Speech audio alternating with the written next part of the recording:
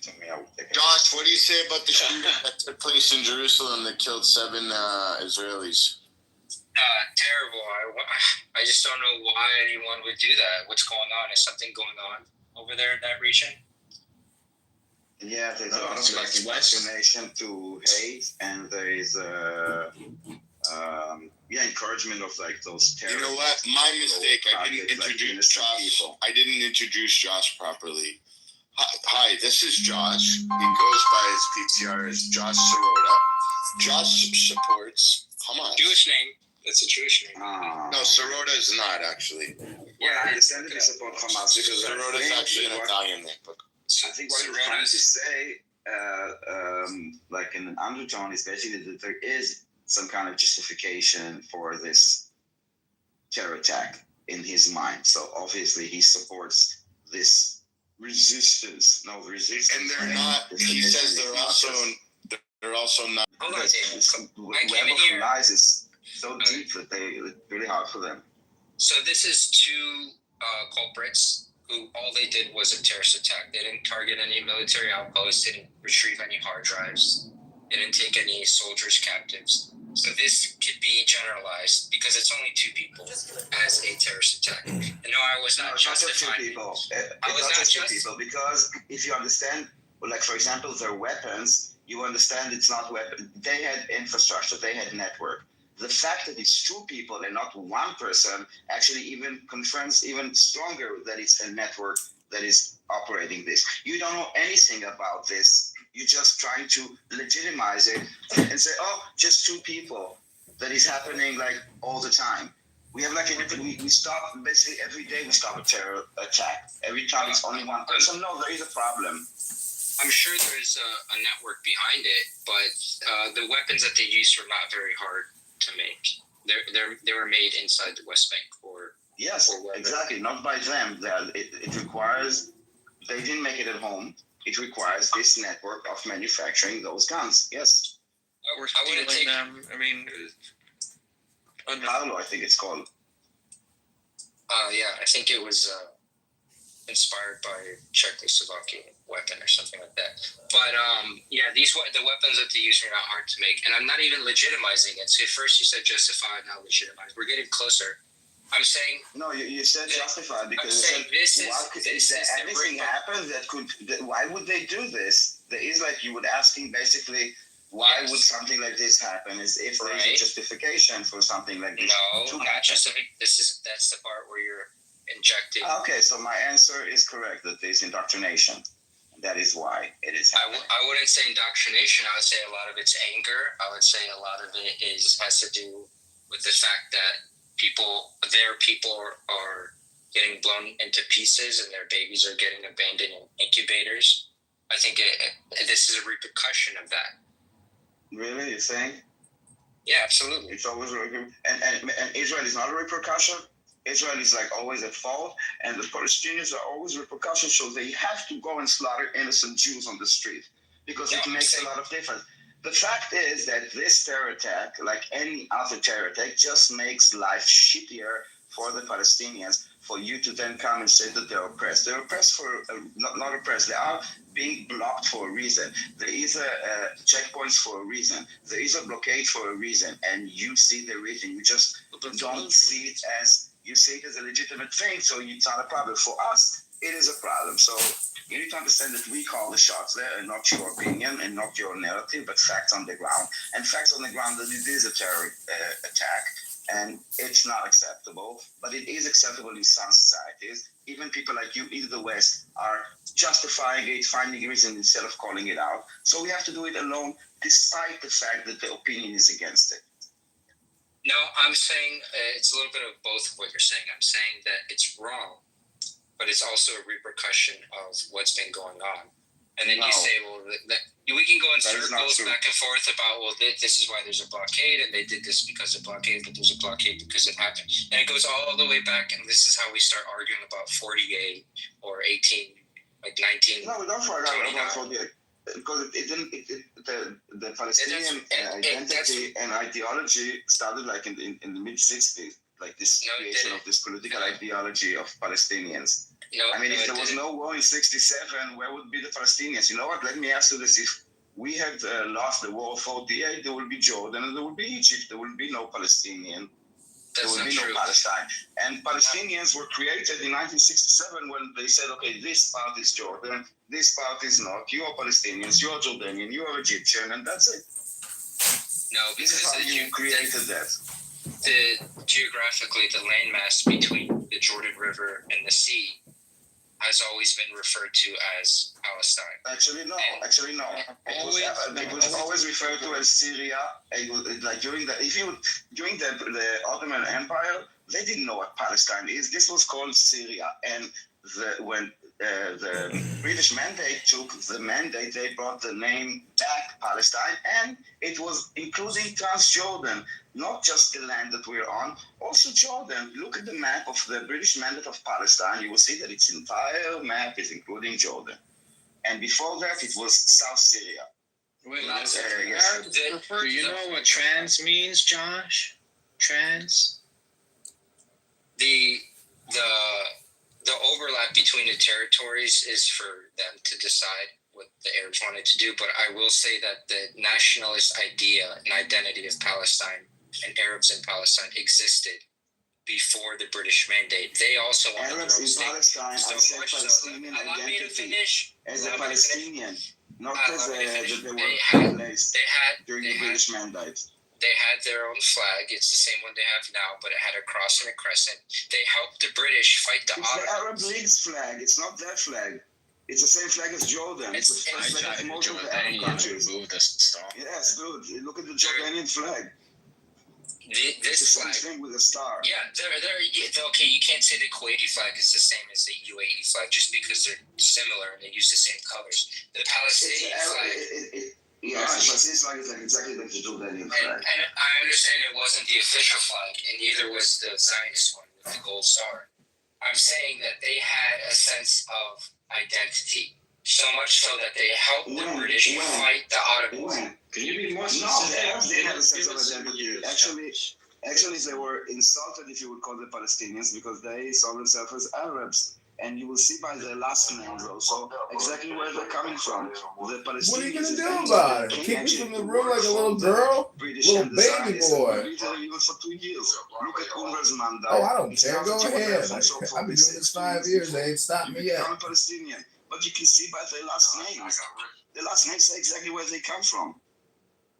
I've seen this debunked before, so they're. Can I ask you a question? Josh, I want to ask you a question. She's so I want to ask you stupid. a I didn't question, show you Josh. dumbass looks at my When YouTube the schmuck. Jordans, as a consequence of the war between 47 and 49, when the Jordans they went to these so-called Palestinians and asked them, what do you want us to do with you? Why did they want to be a part of Jordan? Why did they want Jordanian country? Wait. Why didn't they say we want? Why didn't they say we want our own state? Was this when Jordan occupied the West Bank? Is this what you're talking about? Yeah, exactly. Thank you for using that word.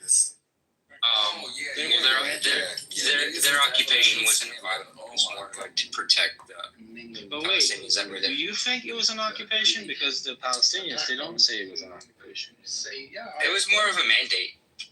I'm using your mandate. Recognized by how many countries, George? It was not allocated to them. It was allocated to the Arab states. It's not part of.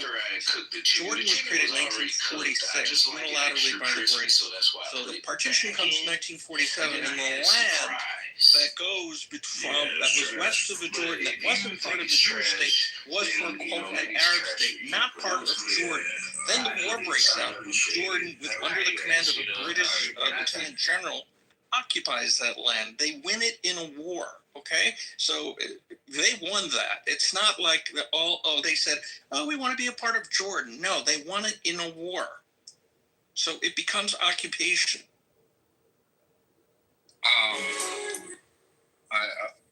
Okay. So, the dimension. What was the original question? It wasn't given. So the question was, when they were asked, they were literally asked by the Jordanians, what do you want us to do to you in this territory? Why didn't they say we want our own state, we want our own Palestinian state? I don't know. I think they decided for themselves what they wanted, and I think Yes, that they wanted. and they said we want to be equal citizens. We want to be Jordanians. We want equal representation in the Jordanian parliament, etc. So, like, what? How does this align with what you're saying? That there's always been a Palestinian identity and sense of, I don't know what you want to call it, nationality, ethnicity. I don't know. Go ahead. Well, they had just lost a war. I think these were people. I think you could probably do the same thing in Gaza now. If Egypt was like, "Hey, we'll take you in," and they were like, "Well, if it's this or another Deir Yassin massacre, we'll rather be under Egypt," because they didn't have the resources and the militia and the manpower to take what they wanted. So they had just kind of 7 armies and militias against Was the that an newly answer to my created question? Jewish state. Was that supposed to be an answer to my question? So, I just don't think that they had the ability to get what they really wanted. They were literally given a voice. They could say what they want. But Samson, you have to remember that even right before that, even before Jordan occupied the West Bank, they were offered the ability to make the West Bank by the United Nations or the League of Nations into a state, and they rejected it. So they rejected it then, they rejected it afterwards.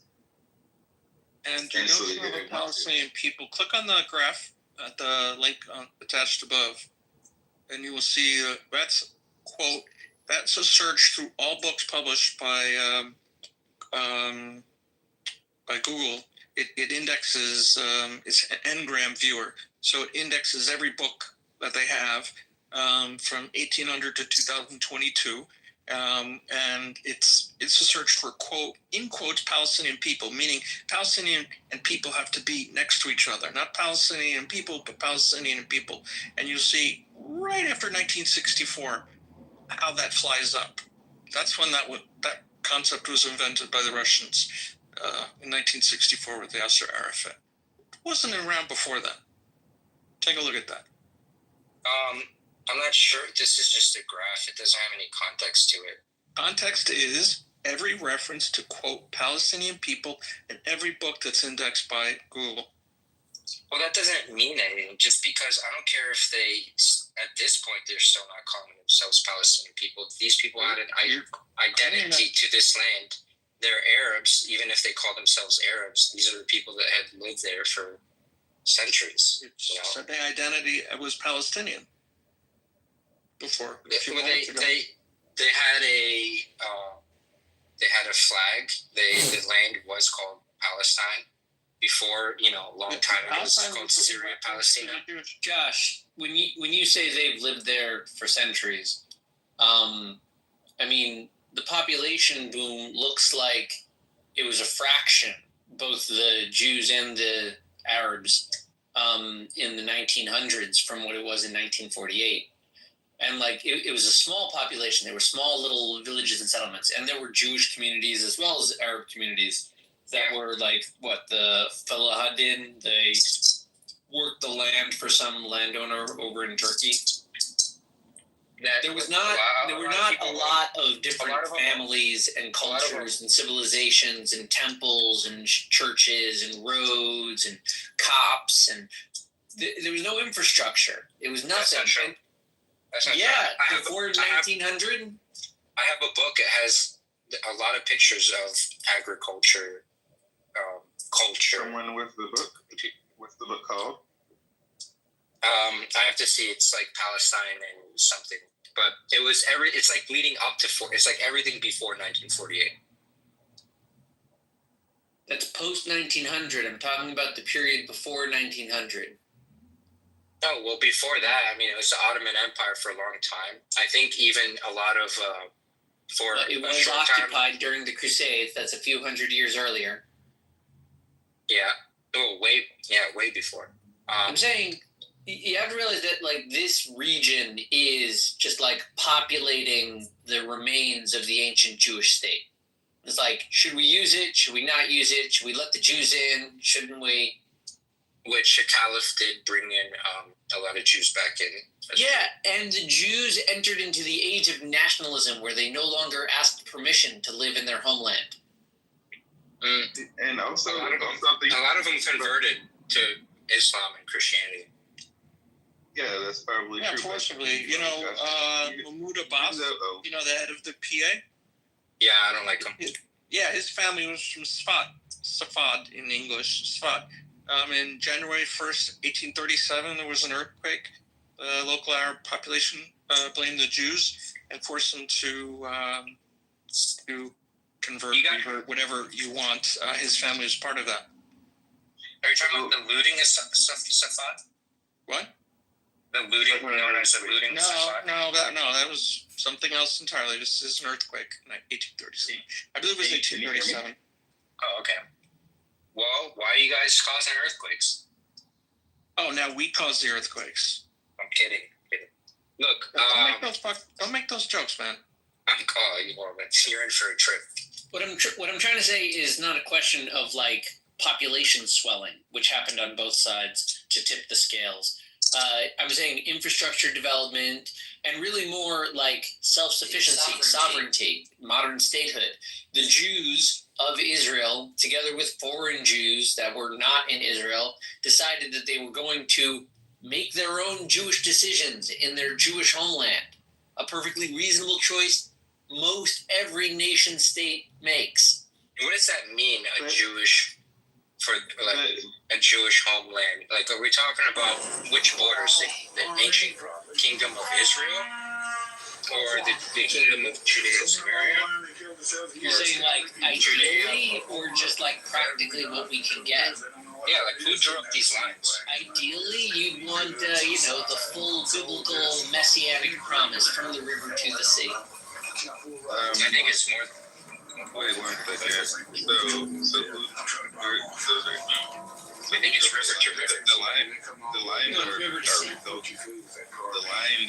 a result of purchasing land and the modern day borders race relative to the establishment of Israel as a state in a modern day society.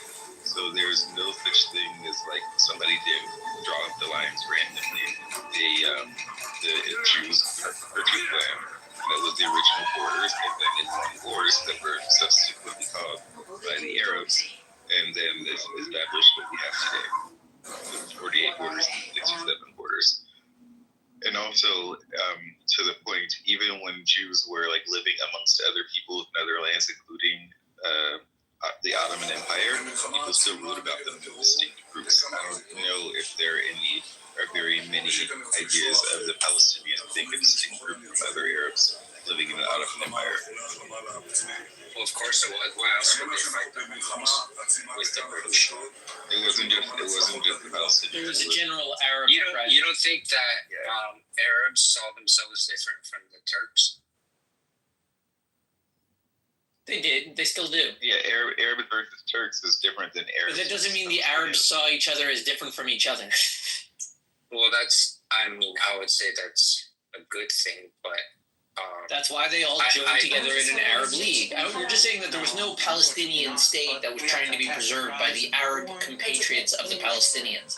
The Arabs wanted to join as an Arab alternative to the existence of the state of Israel. Before, yes, exactly. What do you think of that? They tend to think of themselves without borders. Like these lines on the maps are not what doing. But that's for them to decide if later on the caliphate. So here's my question: like, what do you think if like Herzog was like, oh, well, let's go to Madagascar, let's not mess with the Arabs? What do you think Palestine would look like today? They tried it. They thought about it. Uganda plan was put before the first World Zionist Conference and voted down. Israel was not even close to Plan B. Like, the Holocaust happened. It forced everyone's hand. The Jews were staying put. And, probably the trains and the boats and permitted immigration would have tipped the numbers if you let the Jews in. Zionists were already in Palestine before the Holocaust. Yes, and it was already an alternative plan from multiple alternative plans to deal with the dying Jews in Eastern Europe. Yeah.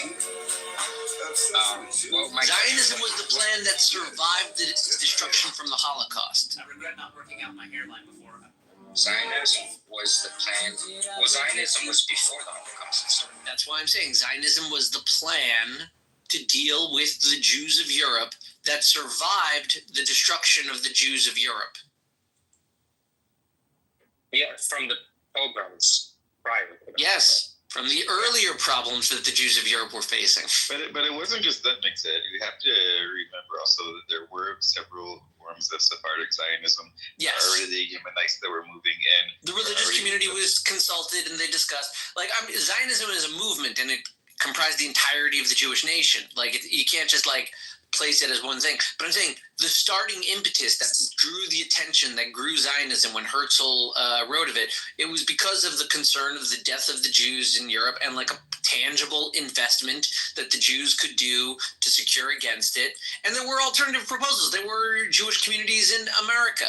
And there were alternate proposals like go to Uganda because it was democratic. They were exploring their options. But like, yeah, Jewish homeland in the ancestral old cities of Jewish places, aside from like the essential like constitutional claim of Judaism for certain like named cities such as Shechem, Hebron, Jerusalem, not named in the 5 books, Shechem, or what's it called, Tzfat, a later settled Jewish and continually occupied Jewish city. Right? Meaning they were building a nation off of the history of the Jews to deal with the problem that the Jews found themselves stateless throughout all of Europe. And the problem of statelessness was not resolved quick enough for the Jewish state to be a solution. The Jewish population prior to the 1900s was like 5%, I think. And I'm aware that a lot of Jews didn't even want to go to be in the desert. They didn't. Even after the Holocaust, the numbers swelled to like 600,000. They ran away to wherever they could survive, and a lot of it was America, and like some of them got to Israel. I think the problem with what you're saying is this was a plan for the Jews in diaspora, but you're not taking into account the people that have always been there, which, as I mentioned, a lot of them were just Jews that converted, you know? So you get the Jews in diaspora get a state at the expense of the indigenous people that were there. What Jews that converted? We're talking about the Jewish regions, the regions that kept to the Jewish narrative and history and culture and nationhood, like Tzfat. Tzfat is like a classic case. Hebron, you had Jewish communities spread throughout. Like, you're right. It wasn't so easy to just, like, take them all. And, like, land swaps, moving the people would have been, like, the logical, obvious choice to make a contiguous Jewish community. But alternatively, you could just, like, live nicely together and have the Jews of Hebron not massacred. But when you do massacre the Jews of Hebron, the Jews that are coming to support the existing Jewish communities are going to start defending the Jews of Hebron, contrary to prior historical precedent. That's the problem of statehood. You can't kill us anymore. Well, Hebron was a terrible, tragic massacre, just like there, skirmishes happening on both sides. Which one? And I'm not saying it's a justification, but it's not like they just decided to do it out of pure anti-Semitism. They were just people that were concerned with the mass migration of Jewish people in Palestine. We're probably going to see something like that in America pretty soon, or probably in some places of Europe. What are we going to see? People starting to kill immigrants. But you know that the Arabs that you talk about as like indigenous, you're missing the point that many of them, and there's like enough documentation that I can show you if you want from articles written back then about how they're like hundreds of thousands of them come to the land in order to have better life, in order to work, because the Zionists were there, because the British were there. As I told you, you can see by their last name where they came. You present them as if they are like the indigenous people that did not immigrate there. They immigrated also there. Well, so why are they indigenous and we, that it's our ancestral homeland, we're not indigenous? Between 1932 and 1947, at least 500,000 Arabs migrated to Palestine because of opportunities created by Jewish towns. This is a fact. This is documented. At least 500,000. So They came from Egypt, Syria, etc. You can tell by their names. They migrated there. They were Arabs. They didn't identify as Palestinians. This is a creation of the 60s. So they were, I mean, yes, people immigrated there for job opportunities even before Zionism from the Ottoman Empire. No. Not just Jews. No. Of course. Oh, there were always migrants, but there was no major settlement. The Ottomans did not do any major settlement in their territory. Their main agenda, honestly, was they blocked Jews from buying land, but there's no major accomplishments that they did. They didn't build a university. I mean, so to say that they were always migrating there for job opportunities, to be so blasé, I'm talking about 500,000 in a 15-year period. And that didn't happen under the Ottomans.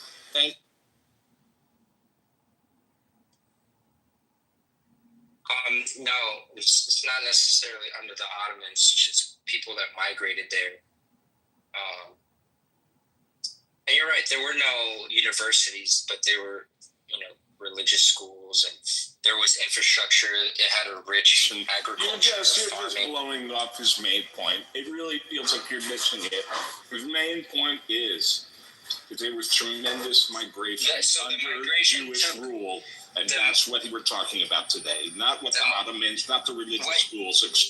For the years that you gave me, migration made up a small part of the population growth, like 10 to 20%.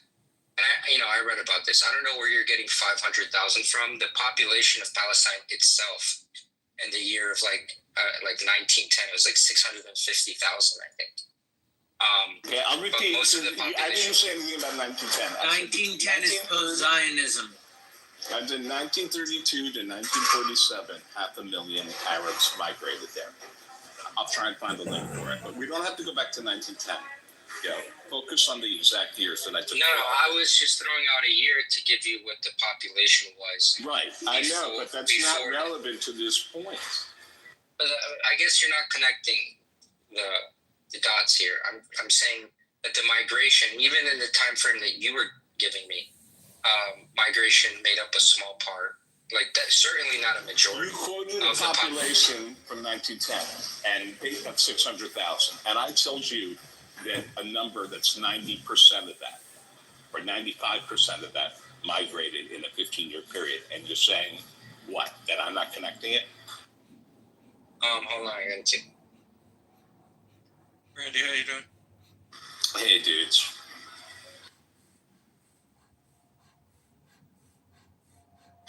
People are so confident with their nonsense,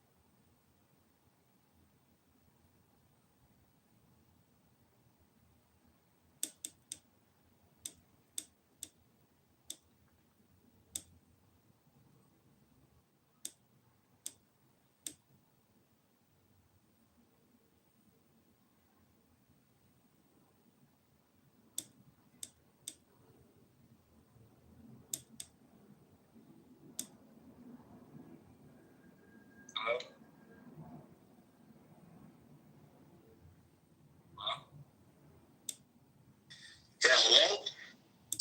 Yeah, so we were talking about migration. Hello? Yeah, so you can hear me, right? Hello? Hello?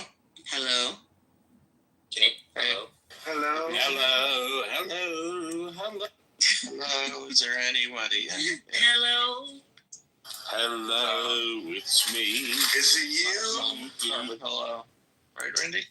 I thought about you for a long, long time.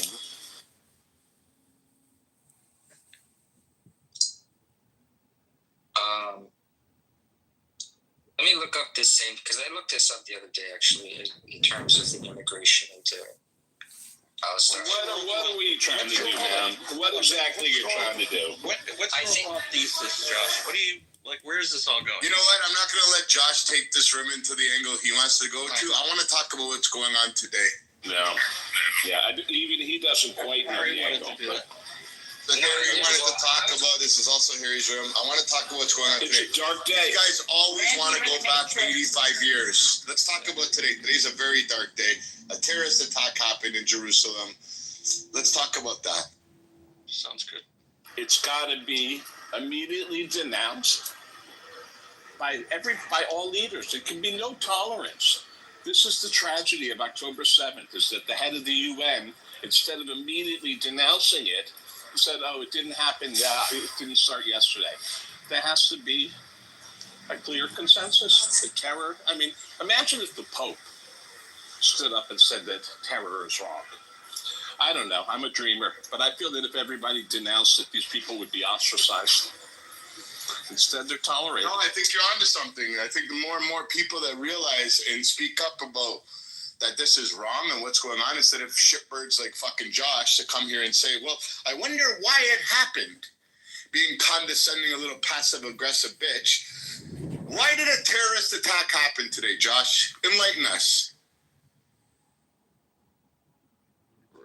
It starts with the hate education in the UNRWA schools. The hate education is the assembly line for terror. And the whole world has looked away as UNRWA books teach kids in the West Bank, Judea, Samaria, in Gaza, that the Jews stole the land. This is in the UNRWA books. And until the world, this is why we have terror. And until they deal with this, and unfortunately, I mean, I don't know.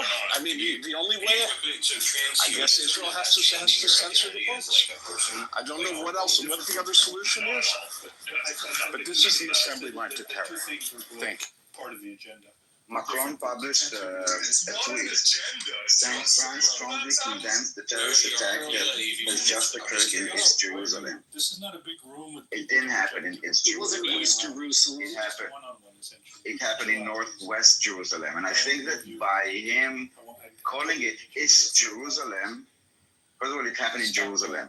But I think that just mentioning East Jerusalem is kind of like, I don't know if it's like just again ignorant or like political. Transhumanism, Michael, is just wrong. The moving forward of human beings, like factually, in a technological future into which we incorporate the technology, into which we. If it actually would have happened in East Jerusalem, it would have been a little bit easy to decipher these actual things. It's a technology. Yeah, I mean, if it's in East Jerusalem, maybe as this guy Josh says, there's justification for it. Like, why? Because under occupation, the whole story that they tell themselves. I didn't justify anything. I condemned it. I told you. I even said it was a terrorist attack. No, the first thing that you said was like, why would they do it? Is there anything that is happening that will make them want to do something like this? Yes. That it kind of like tone. So don't gaslight, dude. This might work on you, but we can all see through you. That's not a justification. My point. I don't think you know what the word. To what? To call you out? No, I'm just saying you can't be so. You can't lack the self-awareness of why these things happen. No, I'm talking about your self-awareness. Your immediate reaction to hearing of such a barbaric terrorist attack is trying to find, first of all, to not participate in mourning, not to say that it's wrong, not to get more details. No, first of all, is blame the victims by finding some, and this is something that I don't need to explain to you. Obviously, you're like, something is wrong with your morals, and I do know that we do not share the same point of view about values and morals. But this is something that you should look at yourself, that this is the first thing that you had to come to this room after this horrific attack that 6 people or 7 lost their life, young people, and you need to say like, but why? Of course, because the women and the children are dying, so let's just go and slaughter random people with a with a gun in the middle of the road. Daniel, can I get a word? to be, I'm not like proposing or anything, just more factual statement. To be clear, those people were not young, as far as I'm aware. Not young as in like 20 or 30. They were in age, but like that doesn't matter. The thing is, for like Josh asking about like was this justified or was this not justified? The problem is that in I never asked that. Okay. First of all, I didn't just hear about this from coming. Why are you interrupting, Josh? No, Josh, I'm interrupting you all the time yesterday at Amir's room with this young man. Let this young man speak. I think you're threatening this young man, Josh. Actually, someone hijacked the conversation that I was having with him. Josh, go on. I just want to say, I didn't hear about this when I first came in the room. So when I first saw this on Twitter hours ago, because I was up all night, I thought it was terrible. And it was gruesome. I thought it was, and my first thought was, this is going to be, there's going to be consequences to the Palestinian people for this, obviously. And civilians, Palestinians are going to get hurt because of this. Settler violence is going to go up. Like, from my point of view, this is what I thought. Same thing I thought from October. No, settler violence is not necessarily going to go up. It's from what I understand, settler violence is not so much reactionary as much as it is proactive. So I don't think it's going to go up like critically. What I think it's very much reactionary, by the way. Very much. Pardon? It is very much reactionary to terror attacks. Yeah, of course. Settler violence. Hawara, for example. Settler violence skyrocketed after October 7th. Of course, it's reactionary. Then I'm wrong. Okay, yeah, but I don't think it's going to be a matter of necessarily settler violence. I think it's going to be something else. I think it's going to be more of a military approach to Ramallah and to Judea and Samaria, and political approach to the PA. I would say that. Maybe I'm wrong. No, definitely there will be military repercussions to this in Judea and Samaria. Josh, your first reaction was, wow, this is going to be bad for the Palestinians. It's not how terrible for those poor people who got shot on their way to work. That was your first reaction? No, you didn't listen to what I said. My first reaction was, this is gruesome. This is terrible. And then the afterthought I had was like, oh, this is only going to get worse for the Palestinians. So it happens in a sequence. Maybe they should stop engaging in terror if they don't want it to get so much worse. Well, there's a lot of people that have nothing to do with the terror that are going to be affected. So this is my train of thought. It goes in sequence. Hey, Josh, the family of those people, of the people who did it, their house is going to be demolished, right? And anybody who had anything to do with it is going to be held accountable. And that's what should happen. Why should the family house? Wouldn't you need to prove or have some sort of... I'll tell you why. Because they house the terrorists. How do you know that the families know that they're terrorists? I tell you why. First of all, the families get compensated by the PA, okay, for the child being in jail. So in order to kind of block this financial aid, there is another financial loss, which is the house. Second one, is to make those people understand that if they do something, their families would pay the price if they live there.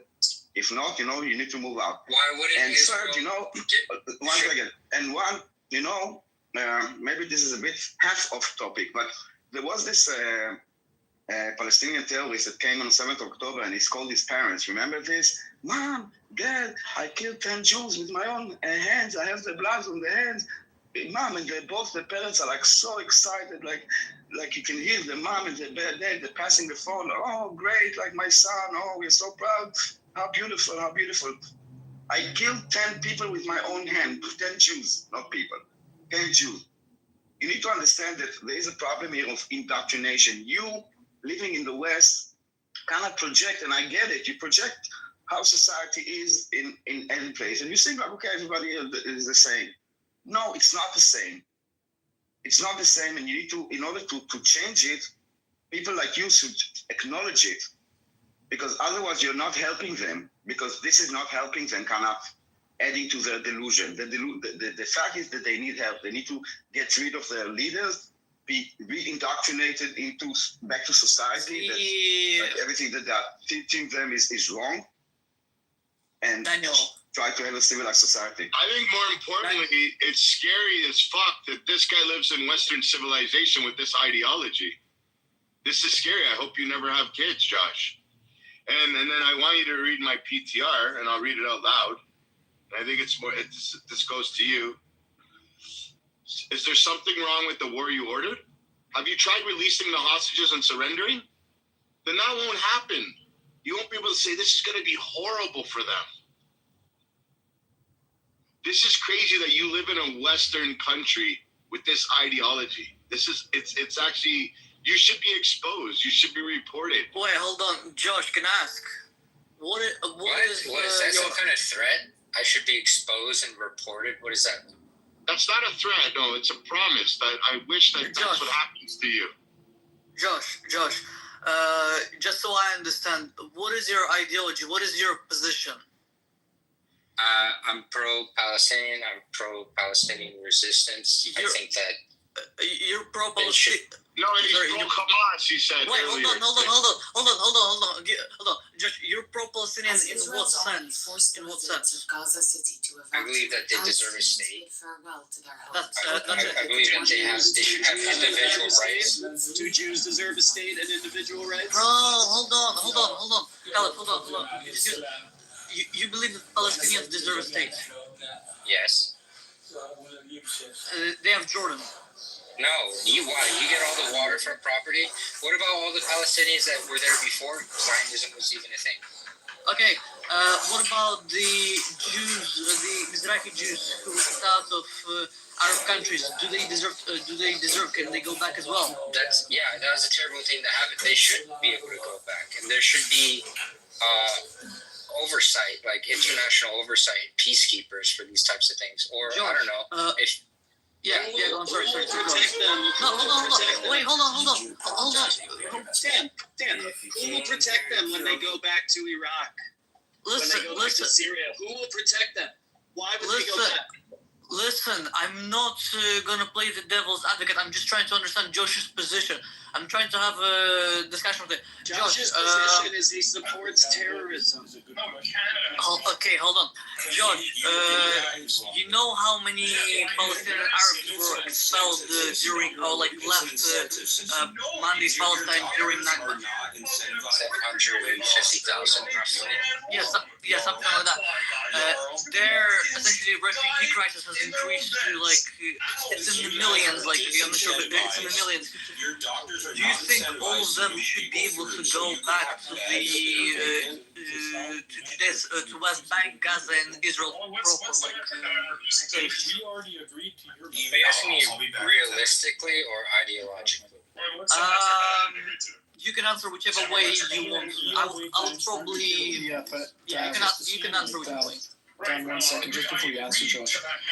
It's important to note and to state that there is no other population in the world that has a refugee status that passes from generation to generation. Only the Palestinians. It is abhorrent. And it's very important to point that out, that there's no other status that has been given to any other population in the world where refugee status passes from generation to generation. Well, hold on. Just so I can answer Aleph.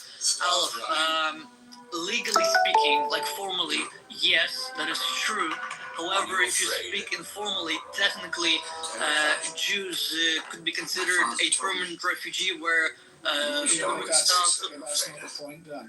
That's not the point. The point is, go look at the UN charters. He's pointing out your double standard, because the Jews got that. He's not pointing out a double standard. The policy of Israel is not a many countries have immigration policies for their own ancestors. Generational refugee status.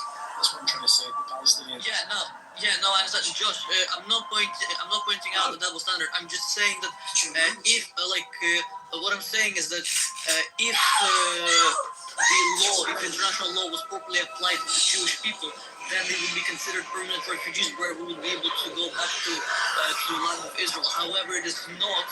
Therefore, legally speaking, Aleph is correct. Okay, Josh, answer the question about the return of the 4 million refugees. Pragmatically or ideologically, I don't really care. So ideologically, I'd like to see where Jews and Palestinians can live side by side. That's not my realistic.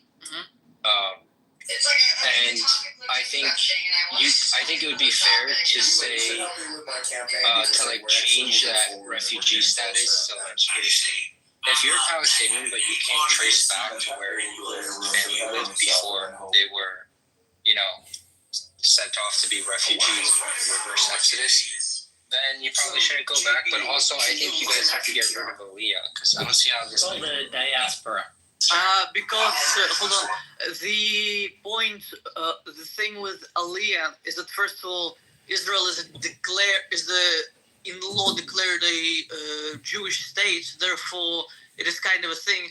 And second, there is such thing as return of refugees to an existing country, but not a return of non-existent people. And I'll explain in a second, to a non-existent country. What I'm trying to say is that under Roman occupation, there was a province in the area which was kind of autonomous, and Jews were kicked out of that area. And then only when the state of Israel was reestablished did Aliyah begin formally again.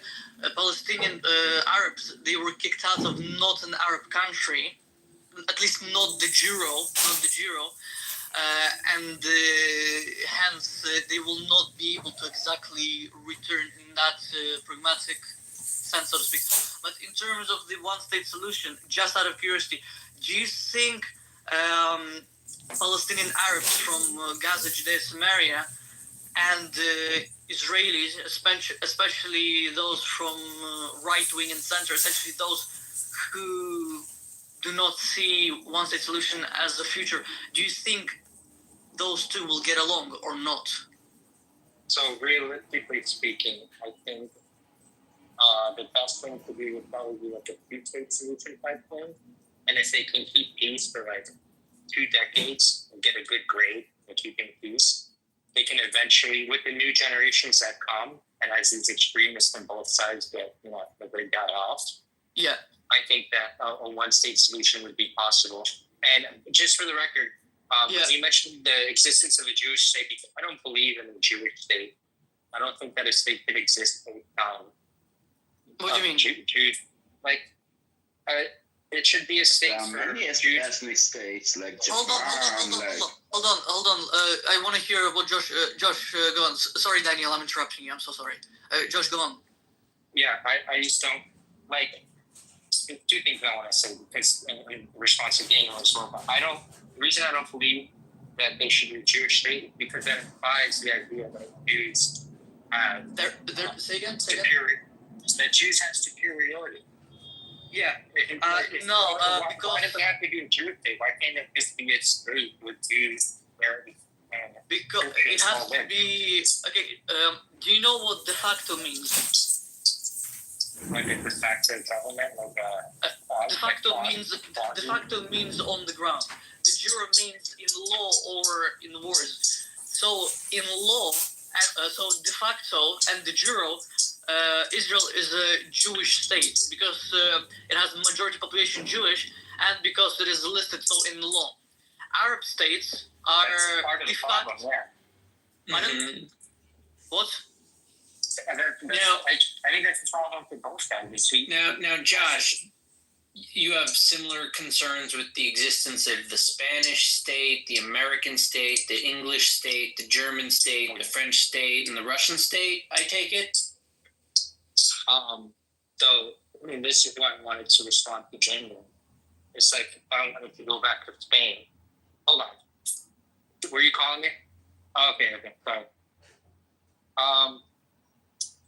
Yeah. So if I wanted to go back to Spain, the Canary Islands, where my grandfather's father was right, like before it was incorporated as Spain, back when it was Andalusia under the control of the Muslims. No, I'm not an Arab. I'm Cuban.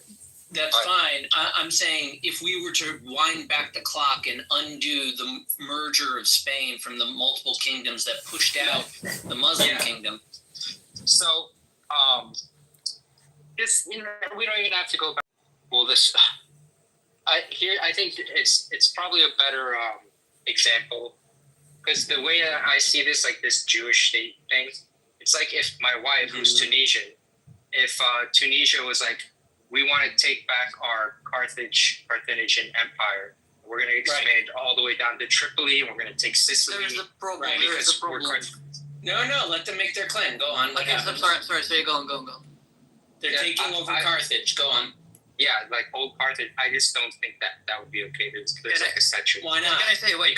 Because over 2,000 years, so many people have integrated into other cultures and crossbreeding. All this stuff. Well, what do you mean? What do you mean? So many other people? You mean there are no Carthaginians anymore? Well, technically, no. Just like there's no more Canaanites. Right. Okay, I agree with you. Hey, listen, I agree with you. It would be crazy if Algeria or Tripoli tried to reform the Carthaginian Empire. Slow down. Because, like you said, there are no Carthaginians. My question to you is: are you saying that there are no Jews? It's not the same as it was before, because a lot of those Jews, and by the way, there's Amazigh culture where they the Tunisian. Of course, there's Amazigh culture. I'm familiar with the cultures of the world. Why do you believe that the Jewish nation should not have a state, in contrast to the French kingdom and formation of French states, the German federation of German kingdoms and principalities, the English merger of multiple kingdoms and invasions from eras, or the American study of constitutional liberty? Why should any states exist? But you're bringing up countries that are not comparable to Israel. No, because you said that this particular state shouldn't exist, and I'm curious why. Well, the only thing that you have that ties you back to Israel, which was an ancient kingdom, would be our constitution. And I don't think your religion. Would that be under an unchanging, legally binding document? That sounds like a constitution from like a legal perspective. The religion? Hold on. If it's in a document, it's a constitution. But I'm not familiar with it. Yeah. When we, for example, like in World War II, when we're talking about the Holocaust, the Jews that were there, do you think it was about religion or about, like, for example, I'm not a religious guy, okay, at all. I'm considered by all Jew haters as a Jew. That's right. He'd be the first one to go to kill. So, that's funny. So where are your grandparents from? I know you told me your grandmother is actually in Palestine before it came Israel, right? Wait, what does it matter where his grandparents are from? Yeah, but the thing right, is, won't he be Jewish anyway? Isn't that like kind of the inherent problem? I mean, if you say the reason that Israel exists as this refuge for Jews is not about religion, is because Jew hatred is not about religion, okay? It's about you have a culture that's tied to your but if you want to break down, so if you're talking about ethnicity, that's your culture, right? But if we look at your genetics, you probably have a lot of ancestors. Why do you want to look at his genetics though? Wait, hold on. Can I say something? You know what? I suggest let's do this, okay? That all of the Palestinians and all the Jews will do a genetic test. I agree. And each one will go to where they originated from. How do you say about that? What do you say about that? Yeah, absolutely. Can I say something quickly? First of all, for genetics, it's not going to be playing in your favor that much, because most of the Jews, especially Haredim, they're going to be able to trace their origins back to Eretz Israel very easily because they don't marry out of the Yiddish, out of the religion. Secondly, most Palestinians, they're going to find out, unfortunate truth, that they will trace their origins, and origins I mean like 200 years ago, something like that, back to Syria, Egypt, Saudi, Lebanon, Jordan, all of those places. To the other point that Josh was speaking about, the fact that... Hold on, can you give me, I'm at work, can you guys give me like 4 minutes? Hold your thought where you are. Yeah. I'm just saying, I still have it. Why? Arctic leather. Daniel. Now I can tell you what the top 100 hits in 1968 are. Where do you live? In Israel? Right, see? Now you're glad. I'm born and raised in Tel Aviv, but now I live in Berlin for the last 3.5 years almost. What are you doing in Berlin? Daniel Berliner. Absolutely. I know, Just the fact right? that she's in his I moved here because I'm married to German. And after Like living in Israel, Number 3, people got to Go ahead. the rest. Goya. That's Goya. a giant. Goya. Right now to go Can you invite Ahmed up to speak with us because he said free Palestine and I just want to hear what he has to say unless it's some No, see, I say it's better. Daniel, at least you didn't marry a Goya, right? I say it's better. Exactly. My mother. Daniel, can I ask you a question? The casualties are aged from 25 until 80. Like a range of ages. I could say any song, and you could just Yes, start playing. that's I perfect. don't want to. It's just Your incentive, motivation, what do you want that translate for from your ears marrying to this your guy? Is it fingers. because you want to do to him what That's people did amazing. to you for a long time? Okay. MacArthur Park. It's a fetish. He's a But what we like, It's a great song. You don't know who the top is. Oh, someone left the cake out. We were doing like different I've been role play. listening No, we don't. you're right. No, we actually spoke about it. It's like if there are people that this is like a Comics made fetish. jokes about that. Be You know, like, it's just a I cake. think there's something to it, yeah. Nazis into it. Definitely part of it. I mean, like a lot of them were raised by Nazi facilitating grandparents. Hold on. Okay, Josh, go on, yeah. I didn't mean to interrupt your romantic. No, you were taking like a commercial break. No, hey, hold on, I want to hear Josh. Yeah. Because it was only 4 minutes, so we kind of. So every DNA test, and you know I'm willing to put this to the test.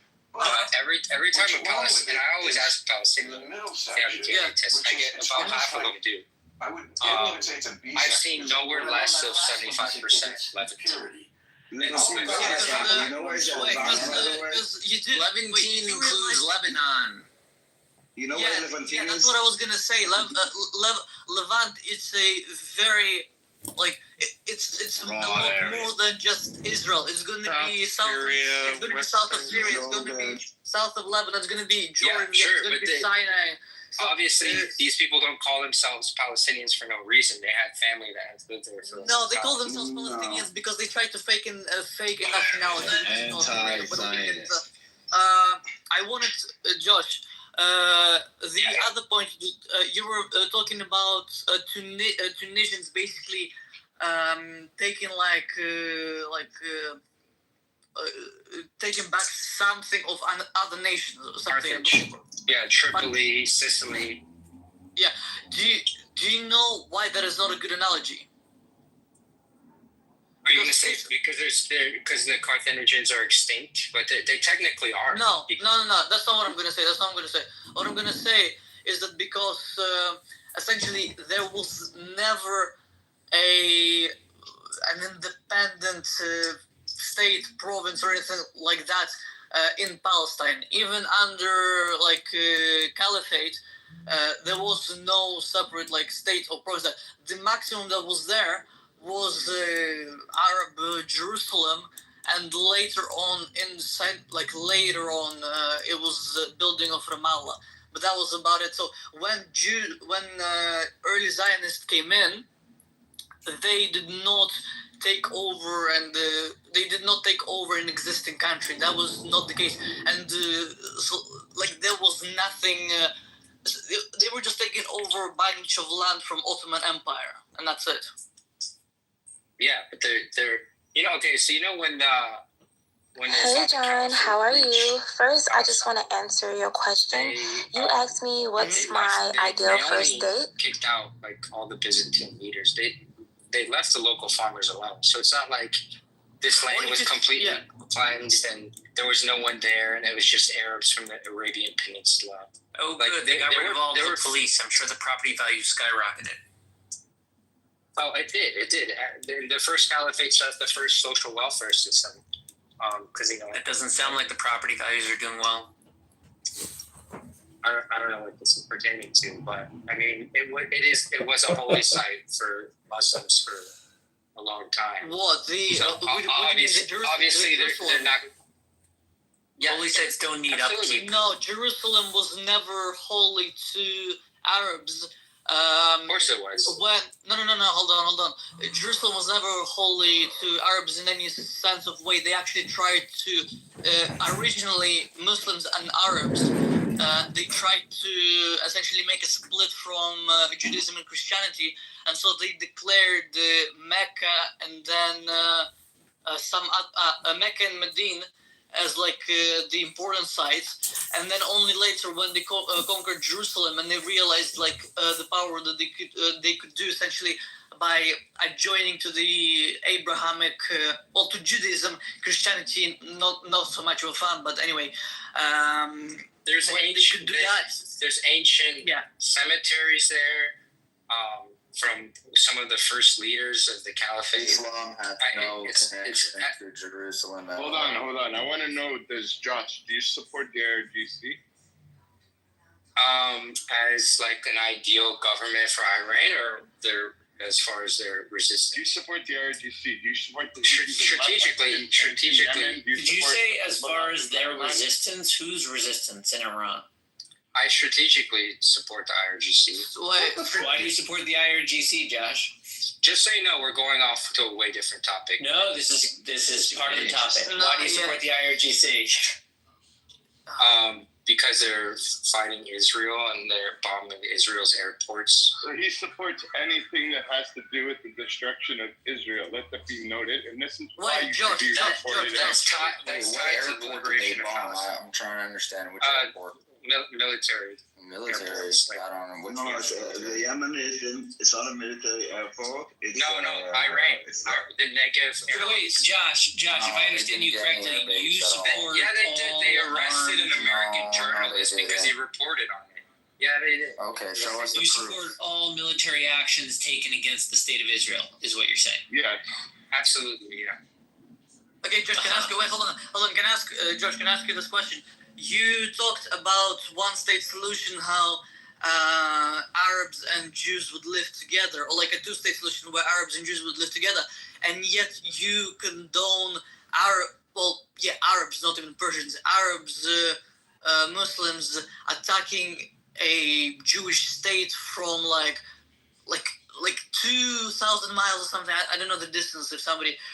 And yet you still think that two-state solution or even one-state solution is feasible. How exactly do you hold those? We have to get there. Civilians, by the way, targeting civilians. Okay, hold on. Just go on. IRGC targeted mostly.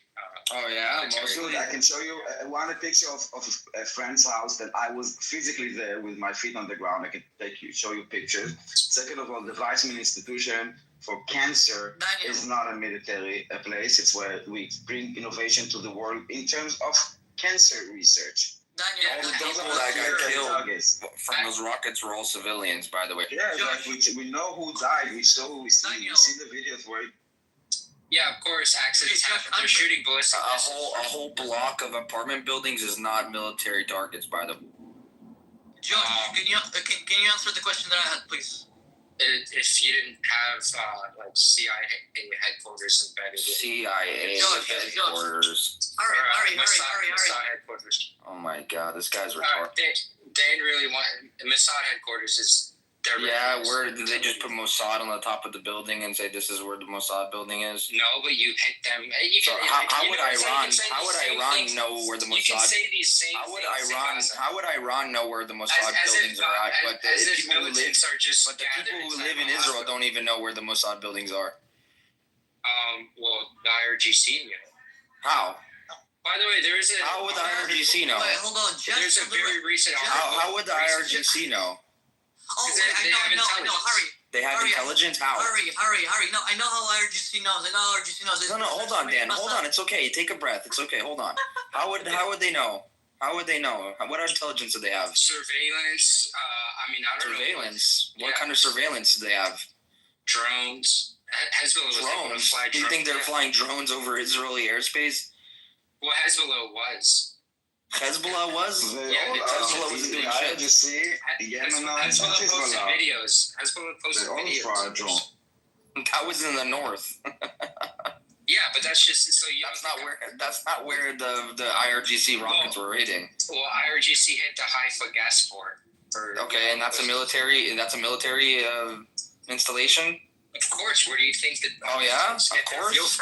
Yeah. Actually, this guy's retarded, bro.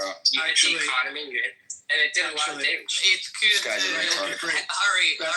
Listen, just so you know, the Israeli stock market yesterday crossed like all-time high. Yeah, it's all fake. And it's been going back for the last 2 years. Hold on. It's all manipulated. It's fake. It's 2 years. It's 2 years. It's not. You cannot fake it. It's actually trust of investment.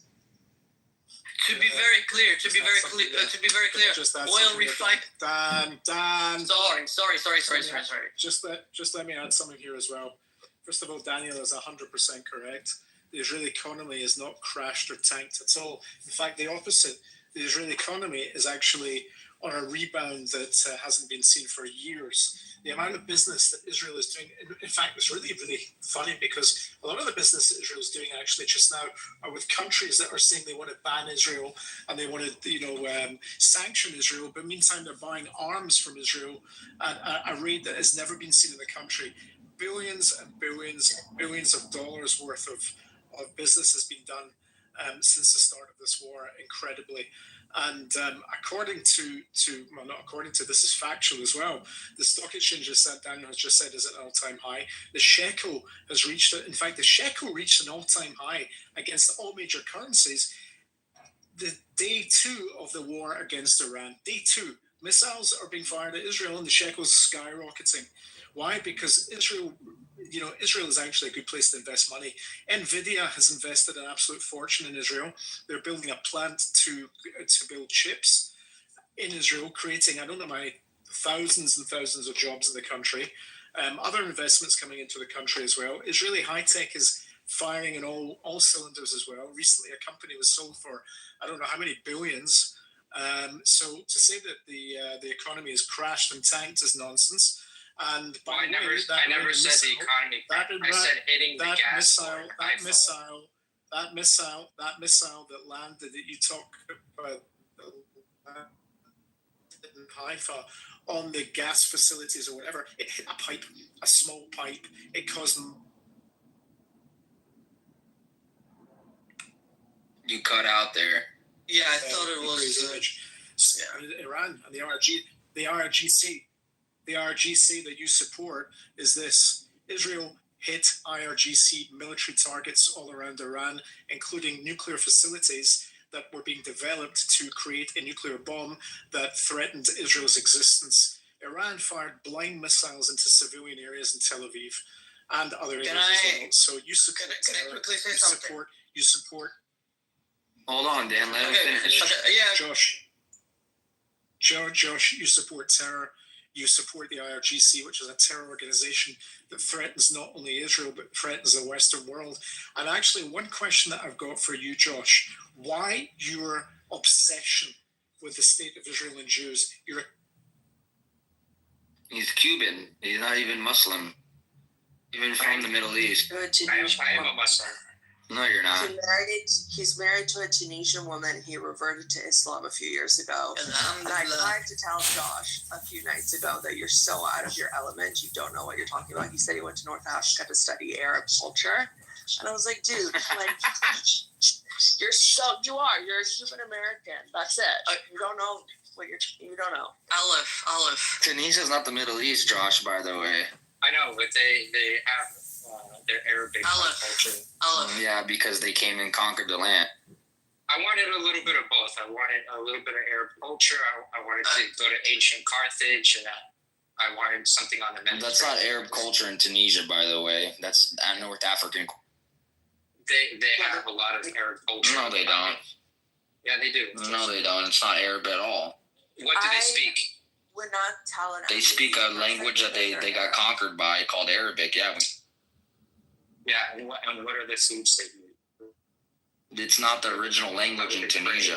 What's on every street corner? It's not the original language or the religion in Tunisia. Harry's right. They're Arabized, you moron. Yeah, all of North Africa is.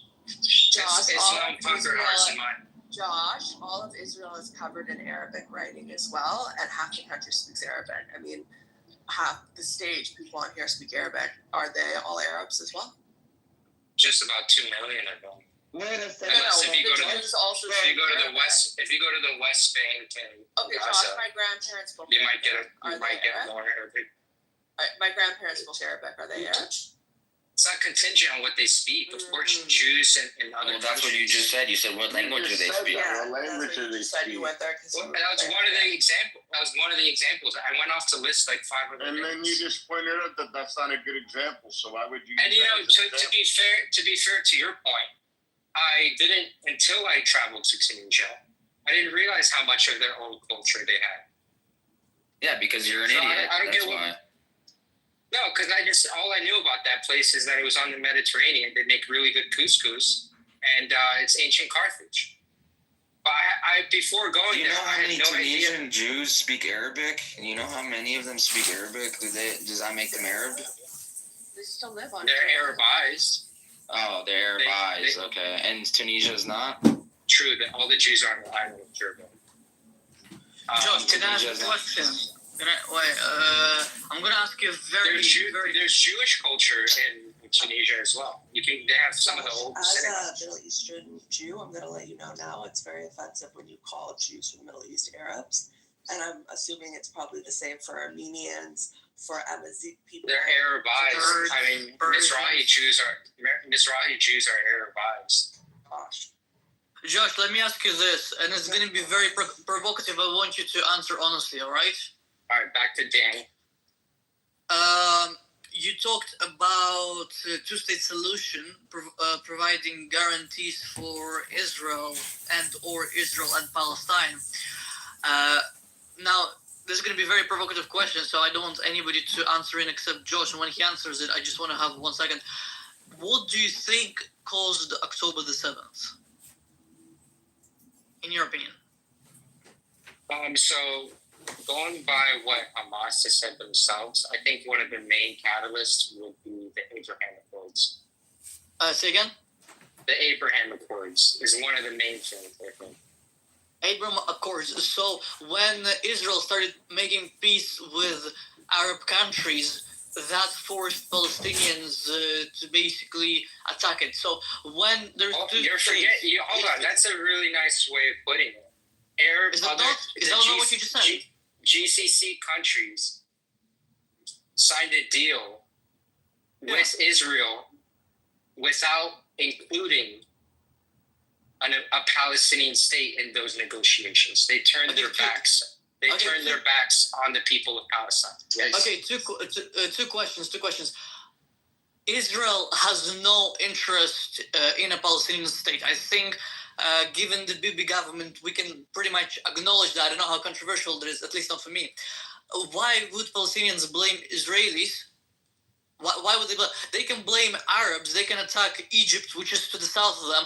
They can attack any other country, which, they can pretty much attack any other Arab country to express their anger at them for not including them in the accords. So why don't they do that instead? Why didn't they do that instead? Why wouldn't they go for the head of the state? That's ridiculous. Also, what do you mean?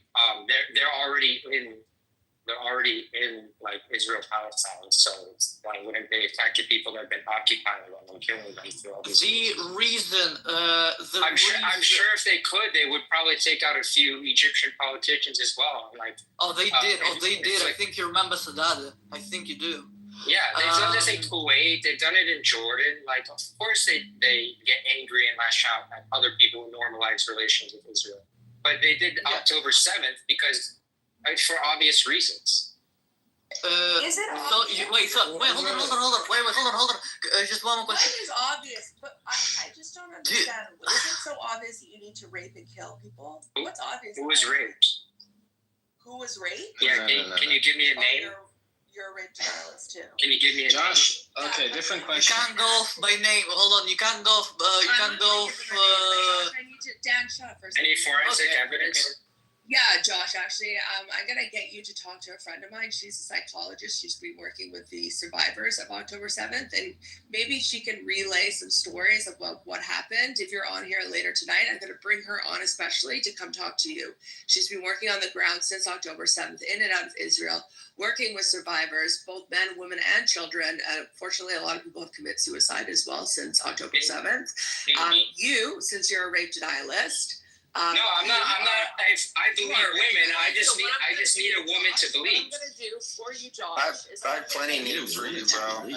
She's a physician. She's a doctor. She's very credible. I'll give you her name, and I'm gonna let her know that there's another young man who is denying the rape of people on October 7th. That's women, men, and children who were raped.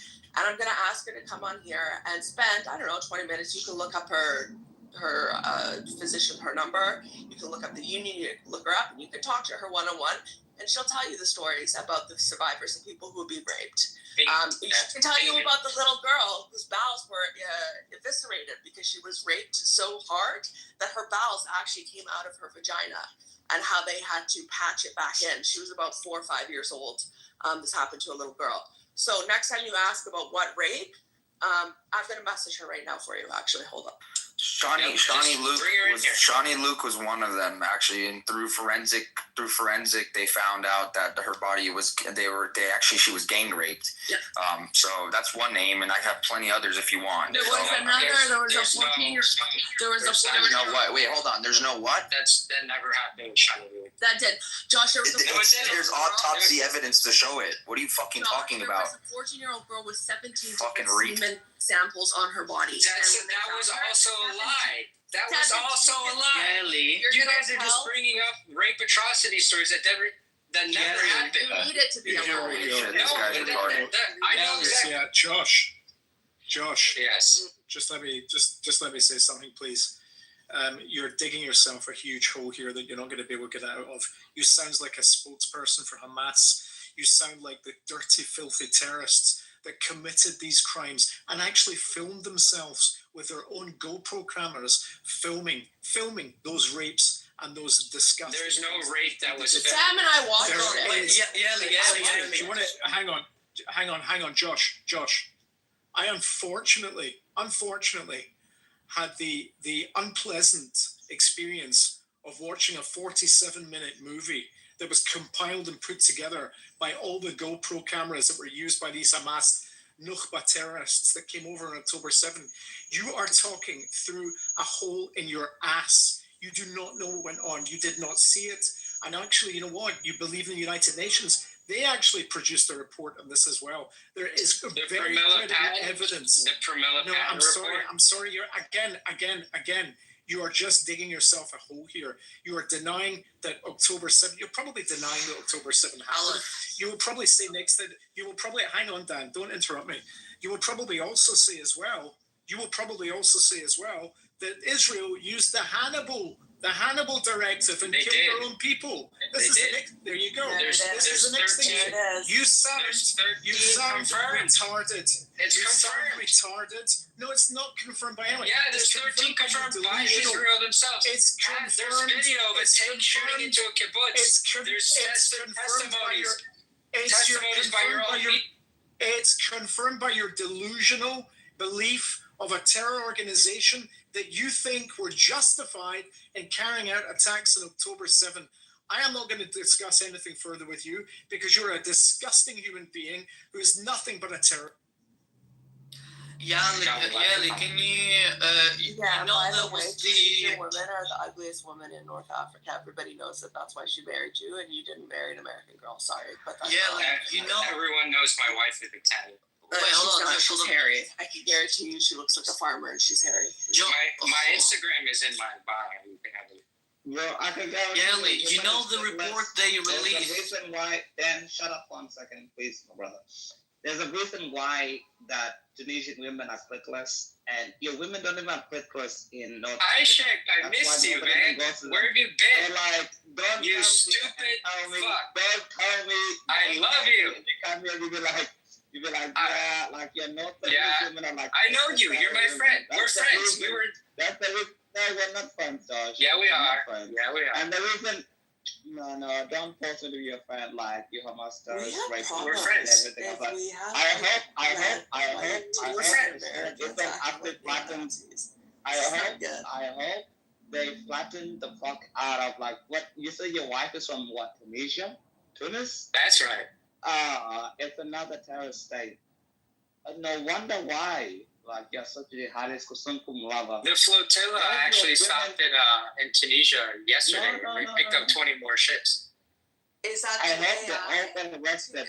flotilla? No, not the AI slop. No. Yeah, because they forgot to crop out the AI stamp on half of the images, so we don't know what's real. What's not Why real. do they? Well, you should look in. You should do your due diligence and do some basic research. Just some like autistic 20-year-old is doing for attention to up her career. Oh, Greta Thunberg is leading all 55 ships. I didn't know that she was the mastermind. I don't know.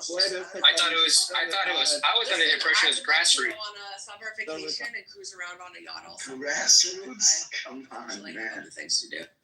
Josh, Yeah, can we go back to October 7th? You were mentioning how you think they did it because they wanted to disrupt like the Abraham Accords and didn't want potentially other Arab countries to recognize Israel, right? No, it's not about disrupting the Abraham Accords. Well, maybe in the long run, but I think they're playing. No, hold on. I'm not gonna let you get away with that. You just said the point of October 7th attack on the Palestinian side was the disruption of Abraham Accords. You didn't even mention Saudi, which is the official lenient claim. The official non-violent claim that is made is that Saudis were making peace with Israel, which then led Hamas to actually make the actual execute the actual plan. There was nothing about the Abraham Accords. So like, what do you think is the actual reason? Because I don't think you think it's Abraham Accords. What is the actual reason? You're like twisting what I said. You asked me. Okay, what did you say?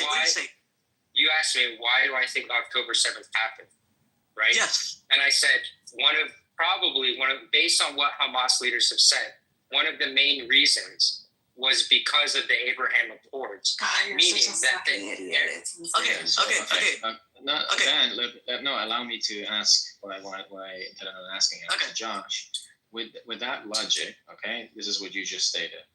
Are you aware of what actually happened, some years ago when the UAE recognized Israel and they engaged in diplomatic talks and signed the accords? One prerequisite was that Israel shouldn't annex parts of the West Bank, right? So when you say that they should disrupt the Abraham Accords, you also indirectly fail to realize that the Abraham Accords are what's keeping the Palestinian dream alive of a Palestinian state. You need to understand that the West Bank in the condition that it is now is not sufficient for. Josh, let me finish. The two-state solution died a long time ago. You had the Oslo Accords. Within 5 years, they should have reached an agreement. They didn't reach it. They proposed a state. They rejected it. It's quite obvious they don't want a two-state solution, right? So instead of Israel trying to give the Palestinians something, realizing they don't have a... Have you read the Oslo Accords? Can I finish? Yes, I actually have. Here's the thing. Realizing they don't have a partner in peace, whatever they offered to the Palestinians, they were rejected. They shifted focus to the other Arab countries, saying, if we focus on the region, focus on all the good things with all the neighboring countries, then recognizing us potentially, would make the Palestinians realize that their cause is not going to lead to anything. It will only lead to more suffering, more misery. So when you say that Hamas attacked Israel October 7th, whatever happened, okay? But you're saying your theory is they want to disrupt the Abraham Accords. So I'm going to ask you, do you think that's going to help them in the long term or not? I never said that they wanted to disrupt Abraham. They just did it out of fun? All these GCC countries turned their backs on us. It's up to ourselves now. They're literally the reason why the West Bank is How many of the Palestinian prisoners that have basically been taken hostage without Josh, you're not addressing my point. Josh, is your last name? Well, you're working from the wrong. You're sitting there. Barlow. My last name? Is it Barlow? No, it's Sirota. I put my full name and Instagram on my account. No, I don't believe And BB Sirota is the Jewish last name, by the way. No, it's not. Yeah, it is. Look it up. It's not. Yes, it is. Look it up. Google it right now. So you're putting your full name and you're supporting terrorism and you live in America? Interesting. That's That's right. a federal offense, by the way. That's right. The guy's lying. So you support terrorism and you live in America? I support resistance. You're getting a That's terrorism. No, you said you support Hamas. Terrorism is subjective. No, you said No, it's not subjective. No, the Yeah, U.S. sees Hamas as a terrorist organization. Boy, I know, Josh. I would just be careful. FBI might be knocking on your door very Well, soon. 60% of us are Easy question here. support Do you Palestine support- over Israel. Josh, do you support Hamas? Yes. So you Do you support a support the terrorist? IRGC? Hang on, do you support the IRGC? Strategically, yes. Do you support the Do you Nazis? support Hezbollah? Strategically, Do you what is support that? Do you support guys, one sec. Do you support Hezbollah? Strategically, yes. What is strategically? Hold on, I'll give me everything that. No, this is fantastic. I'll tell you why. 200 years Because he is actually, first of all, the guy lives in New York. He is breaking the law. He's breaking state law. He's breaking federal law right now as well. Thank you for providing me this, Josh. I just recorded, and I will be passing this on first of all to an organization called. I'm passing this on to I live in Ohio. SCN. I wish I lived in New York, but I live Okay, in great. It's going to be passed. It's going to. I think you broke down. I mean, you still broken the law. It's technically they support Hamas. You support a terror organization, and you will reap the consequences. Okay. Josh, can I ask a question? Hold on, What does Josh. strategic support mean? Yeah, exactly, Jakob. That's a good question. Exactly. What was the question? Well, You said I strategically support them. What the hell does that mean? Yeah. That like fundamentally, do I support what the IRGC is doing in their own country? No. Do I support them strategically as a means to liberate Palestine and their objective pertaining to? Okay, can I ask this? Can I ask this? And can I ask this? By what do you mean by liberating Palestine? And which part? Lifting the occupation, stopping them from killing children, which they were doing before October 7th. Do you know what article was released on October 6th, by the way, by many news outlets? Yeah, go on. 2023 was the deadliest year for Palestinian children in the West Bank. Maybe 55. this would wake you up about the way that Palestinian society is using children. Instead of like waking up and gaslighting them and kind of keeping them in this situation, maybe you need to understand and maybe you should read about it, because even your precious UN wrote reports about child soldiers in the Palestinian community. You should listen to the mothers of the Palestinian societies and what they're saying. And you know what? And read Hamas's charter of the woman's role in basically creating soldiers. Josh, let me ask you this. Let me ask you. Dan. It's one quick question. I just want to ask him something related to this. Okay. You've been asking a lot of questions, and let Samson talk. Yeah. So I was actually in Israel in 2023. Okay, I was also in what you call the West Bank. Do you know why it was the deadliest year for the Palestinians? Do you have a theory on why? Are you going to tell me because there are some kids that tried to stab soldiers and the soldiers couldn't manhandle the little kids, so they had to shoot them? No. Why? So 2023, the months leading up to October 7th were quite deadly. You know, many terrorist attacks, both within Israel, also in the West Bank. Because I know a guy that was shot in his own car. I was in Tel Aviv when there was a terrorist who shot 3 Israelis. I canceled my trip to Hebron because of this. This was like the months leading up to October 7th, okay? The reason why it was dead this year for the Palestinians is because the Palestinians were committing a lot of terrorist acts, okay? It didn't just come out of the blue. Oh, so how did the kids end up dying? Kids are people below the age of 18. Because they take a knife and then when they stab somebody in the back, Josh, that's what happens. You get shot and killed. It's not that hard to understand. So I know that first of all, not all the kids. Just so you know, between 2000 and 2003, there were 30 suicide bombers committed by children. No, there wasn't. Again, no, there wasn't. I looked up these statistics recently. There have been like 4 suicide bombings since the second Intifada. Dude, that is the second Intifada. What? Anyone under the age of 18 is considered a child. Do you understand this? It's not like 5 years. What years did you say? I thought that was 2003. Yeah, that's literally second yeah. I thought you said 2022 to 2023.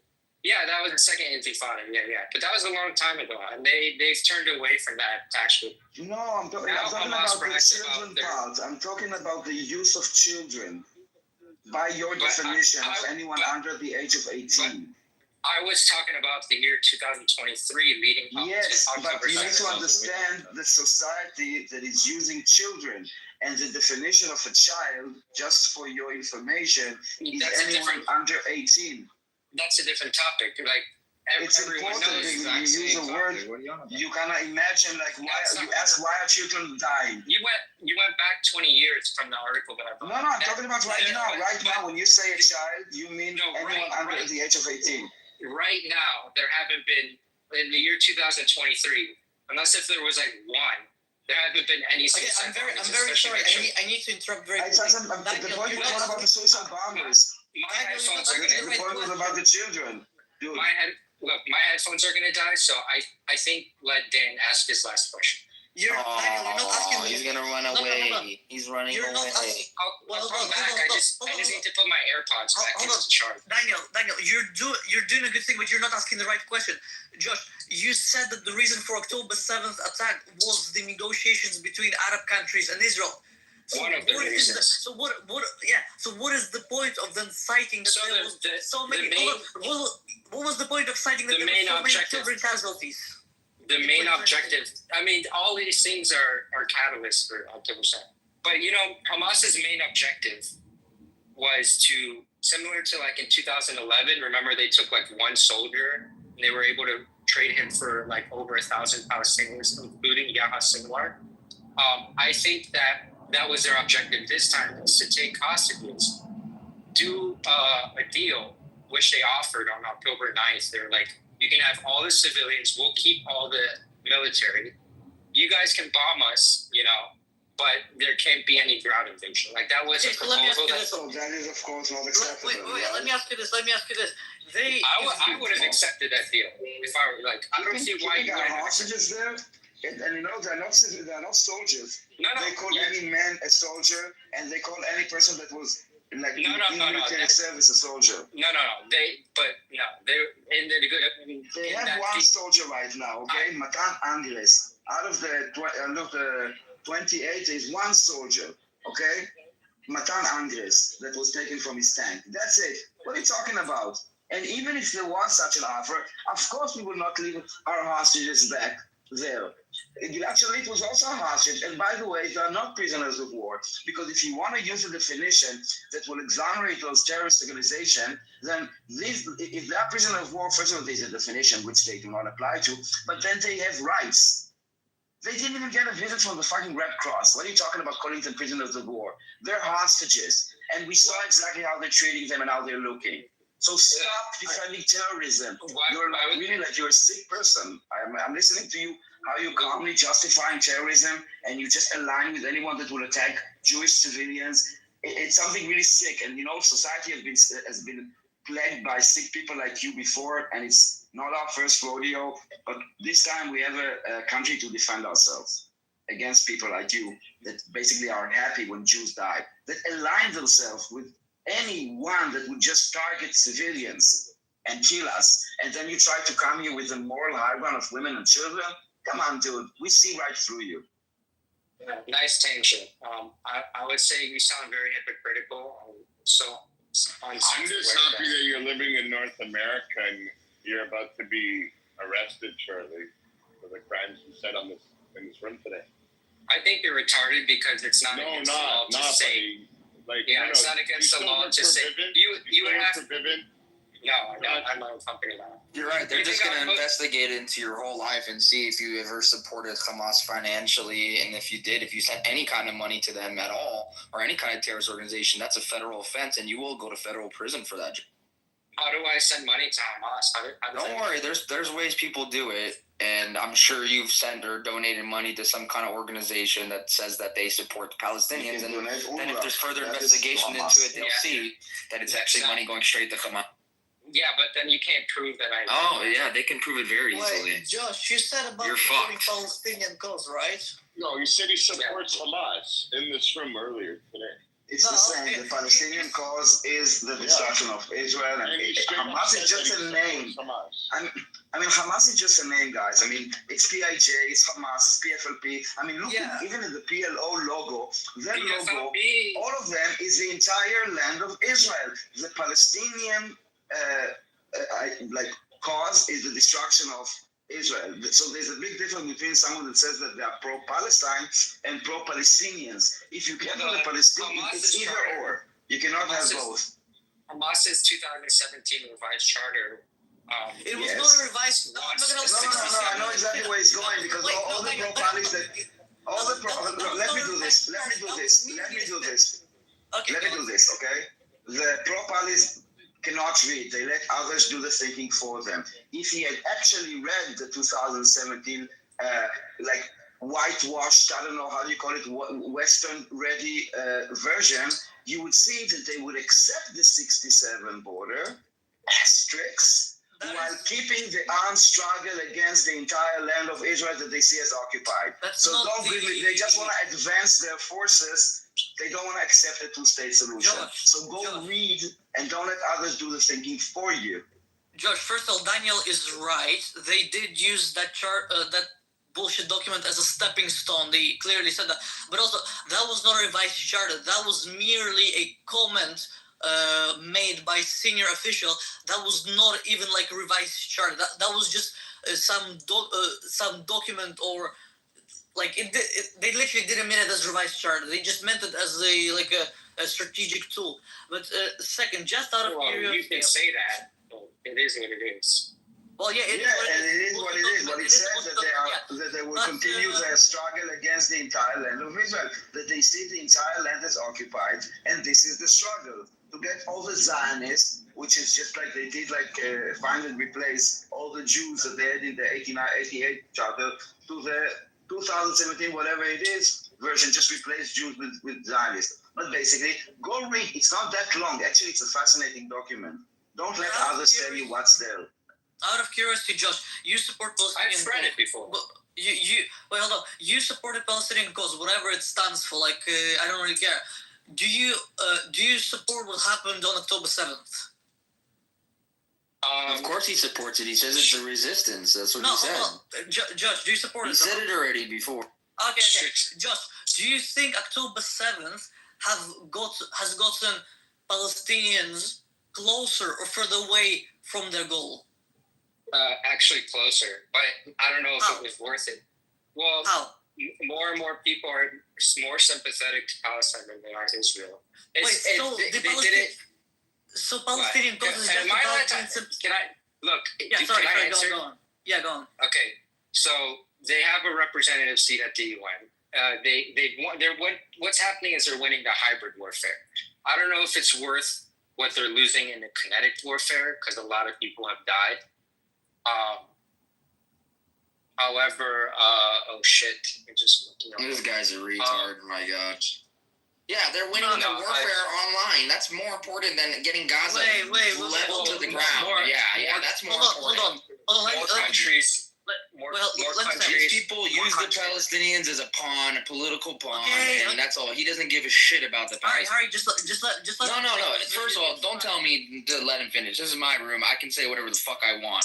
And this guy is sitting here using these people for fucking political pawns, bro. It's disgusting, and he doesn't give a shit about if they're alive or dead. He doesn't give a fuck. Yeah, well, I just said the exact opposite. Yeah, we know, and you're lying through your teeth. We know. No. I was just. Well, you're not gonna believe. I don't even see the point of me being here if you're just gonna disregard everything. We like you being here because we like to show everybody how stupid you are. So it's actually good. It's like it's like a show. It's great. Josh, out of curiosity, you say that it's like important for Palestine to be winning, like in what you say is like information war versus against like hybrid war. So if every single Palestinian, I never said more important. I said the opposite. I said I don't think gaining the world's sympathy and getting people to finally wake up about Israel Palestine was worth all these deaths. So you don't think October 7th was worth it? No, I mean, I don't know. It's a tough question. I think that's a question that it's not for me to answer. That's up to Palestinians. You should ask Palestinians if they think. I would imagine if you ask... Palestinians think. I know exactly what they think. I can read the polls and say that Palestinians will support October 7th again, and again until all Jews are eradicated from Eretz Israel. I can read that. I know they support it 100%. They're all on board. That's why civilians don't disclose any Hamas information. That's why so many civilians participate in October 7th. Hold on. So, Josh, did you hate Jews before October 7th? No. I mean, my Yes, you married them. No. Why do people interrupt them? I have a point. Did you hate Jews before October 7th? I mean, October 7th wasn't when I got into all this. No, I know. Like in 2017, on October 7th, exactly. October 7th, 2017, you were at the memorial to the murdered Jews, and you were standing up on and basically like mocking the memorial. I wasn't mocking. I wasn't aware of. No, you were. So I'm just wondering how long your hatred runs, like how far it runs. So I honestly did not mean to mock that. I don't think, and I'm still not going to take it down because my sister commented on that post saying how much she loved it and she passed away. That's why I leave it up. But and she married a Jew, and the Jew that she married liked that photo, and my Israeli friend liked that photo. And you see, this one when you post a picture like that in 2017, no one really cared. Like, it wasn't a sensitive topic. Like, it wasn't like people didn't look at that and say, "Oh, now the climate is different. Now everything is different because So was your sister married when she passed away? Yes. Yeah. Oh, that's horrible. Her last name was Ramirez, right? No, her last name was her married name was Dean Kluger. Dean Kluger. What was her first name? Stephanie. Oh, Ramirez is my sister-in-law, my brother's wife. Oh, but you said my sister commented on this above this text, right? She said something like, "I want to frame this."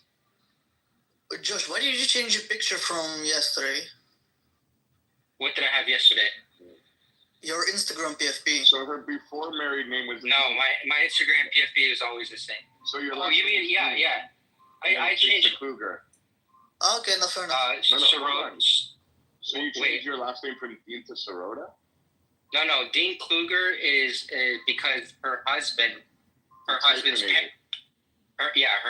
parents. Dean, I think, was a mom, and Kluger was a dad, I think. Josh, are you a Muslim? Yes. Alhamdulillah. So, out of curiosity, you believe in Quran wholeheartedly, right? No, but hold on, guys, man. Stop. Hold on for a second. Yeah, I'm not getting into religion now. Do you hate Jews because did something happen with the passing of your sister? Is that what happened? No, not at all. So then, where did the Jew hate? It's not all right. Let's just say it is through hatred for the sake of argument. Sheikh Shada, 2021. Is when I started learning about this stuff more intensely. But to be honest, I watched Schindler's List when I was 12 with my parents. And I asked my mom, in the end, when they're walking on the train tracks, I was like, "So where are they going now?" And she was like, "Oh, from there they went to Israel a lot of them, and then she made a comment something like, it's sad because they're doing the same thing to the Arabs that was done to them, which I understand it's not exactly the same, but you get what she was saying. I don't get what you're saying. Yeah, I know you don't. I don't get what she's saying at all. She's and my mom. She's good verbal diarrhea. Just sure. So there's another story where my parents went to my parents. You speak with such conviction. You know that it's actually this is indicative of your generation today as well. There's know nothing about the region, know nothing about what's actually going on. Yet you seem to speak with such, conviction and truth, and it's fascinating to me that you people, pseudo-intellectual people, actually have zero. Why did you convert, Josh? You look well, like a happy kid, like putting the star on the Christmas tree. Like, why would you? What happened? Why did I convert to Islam? What is that? Are you asking why I changed my? Sorry. I don't know if you're asking why I converted to Islam. Like I said, I'm not going to open the can of worms of religion right now because I always know it's not a can of worms of religion. I'm just trying to get to the bottom of where your Jew hatred came from. You want to know my why you story. Converted?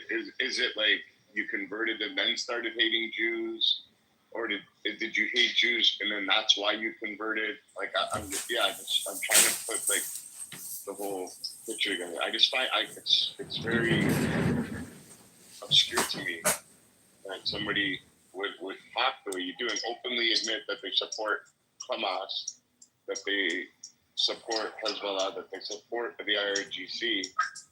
Well, I imagine you would have supported the Irgun if you were alive in the 30s. Yeah, except we're not talking about the 30s. We're talking about 2025. Hold on, Yeah, to be clear, Irgun attacked, Irgun, I'm pretty sure, did not have an explicit anti-Arab policy. I'm pretty sure they were very anti-British. So the only way you would qualify like them to IRGC or something is if IRGC explicitly attacked IDF, which they do not. Just so we're clear. And I still didn't get an answer on why you hate Jews, like Josh. Well, I told you, from a young age, my parents told me about they went to Israel and they had a Mossad driver as their driver. And he pointed over. I didn't say I'm an exorcist, but come on. Okay. Yeah, well, my dad. Okay. Pretty well. Yeah. Yeah, and because my stepdad's Jewish, and he has a really good friend who served in the IDF, so I imagine he got that connection from him. And the driver was laughing and pointing over the wall and said, "Look, we keep the Arabs up there like dogs." And I was like, but I didn't really get into Israel-Palestine. I just always knew that story. And then I got in more and learning more about Israel-Palestine during Sheikh Jarrah. So your stepdad's Jewish. Do you even know the story about Sheikh Jarrah? Do you know? That's where the name Sarota comes from. Hold on, because my headphones died. Give me a second. Guarantee this guy doesn't even know the story about Sheikh. I know Zionist viewpoints, like Sheikh Jarrah was on release or something. Retarded beyond belief. Yeah. Sheikh Jarrah, Shimon Tzaddik. And honestly, I don't know why you guys are even engaging with it. Oh, I don't want to engage. I want to get. It's okay if everyone's an expert on Israel until you ask